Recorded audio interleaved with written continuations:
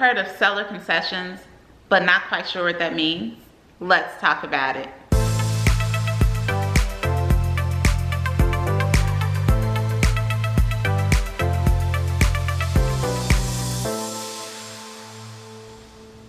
Hey everybody, it's Rosemary Lewis, your educator agent with eXp Realty, and today we are going to dive into the topic of seller concessions. But before we do, I would love it if you would subscribe to the channel. That way we can stay connected and you'll know when I post a video. And speaking of connected, I am going to tag my social media handles here. That way we can also connect on social. So what is a seller concession? In the easiest form, a seller concession is a gift that a seller can give to a potential buyer to help with their closing costs, okay? So let me give you a little example of how something like this could work. If you are a buyer, the very first thing, and I have a video, I'll tag it here somewhere, just to let you know that one of the very first steps is to understand your purchasing power.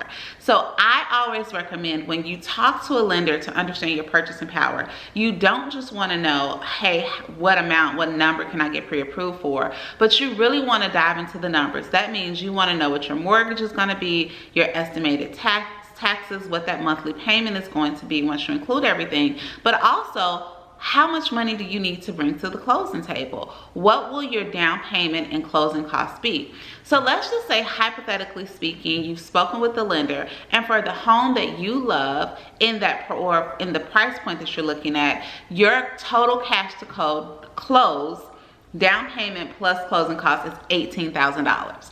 So you go out, you put an offer in on a home. When you put in that offer, you have the ability to ask the seller to contribute some monies from his proceeds, his or her proceeds, because women can be sellers too. You can ask if they would contribute to your closing costs. So let's just say you and your real estate agent are putting in an offer for a home for $250,000. You can put in the offer for $250,000 and your loan amount will be based on that number. But then you can also say, hey, Mr. Seller, would you also contribute $4,000 to my closing costs? So in that instance, the number that your lender quoted you originally, if the seller agrees to pay that towards your closing costs, then that's less money that you have to bring to the table. Now, how does this work for sellers?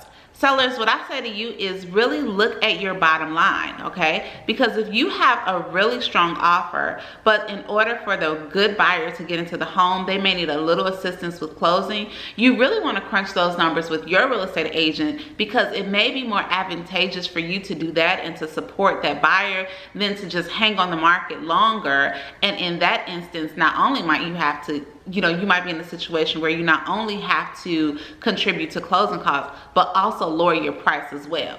So that is seller concessions in a nutshell. In the next video, I'm going to tell you, in my opinion, when is the best time and the best market to request seller concessions.